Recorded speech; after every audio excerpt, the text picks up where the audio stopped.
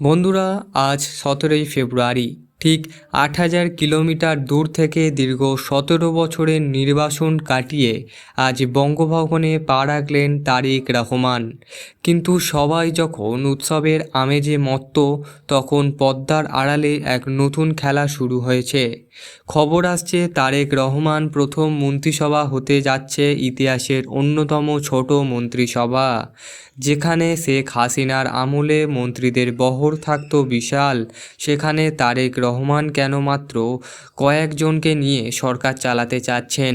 এর পেছনে কি বড় কোনো ধরনের প্রশাসনিক সংস্কার, নাকি নিজেদের দলের ওপরে কঠোর নিয়ন্ত্রণ প্রতিষ্ঠার চেষ্টা?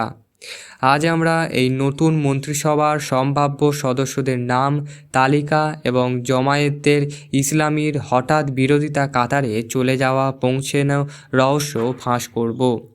বিবিসির বাংলা সূত্র মতে তারেক রহমান মন্ত্রিসভা হতে যাচ্ছে রেজাল্ট ওরিয়েন্টেড, যেখানে হয়তো আমরা দেখব অভিজ্ঞতাদের সাথে তরুণদের এক অদ্ভুত মিশেল।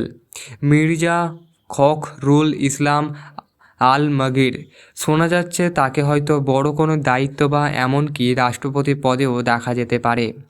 সালাউদ্দিন আহমেদ ও আমির খাসরু, এদের ওপরে হয়তো রাষ্ট্র, পররাষ্ট্র ও অর্থের মতন গুরুত্বপূর্ণ দায়িত্ব থাকছে। কিন্তু আসল চমক হলো তরুণ মুখ।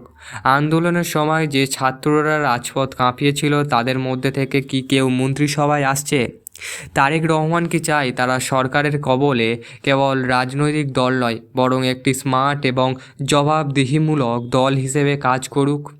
এখন আপনি বলতে পারেন, ভাই, ছোট মন্ত্রিসভা হলে তো কাজ বেশি করতে হবে, মন্ত্রীরা কি রাজি হবে?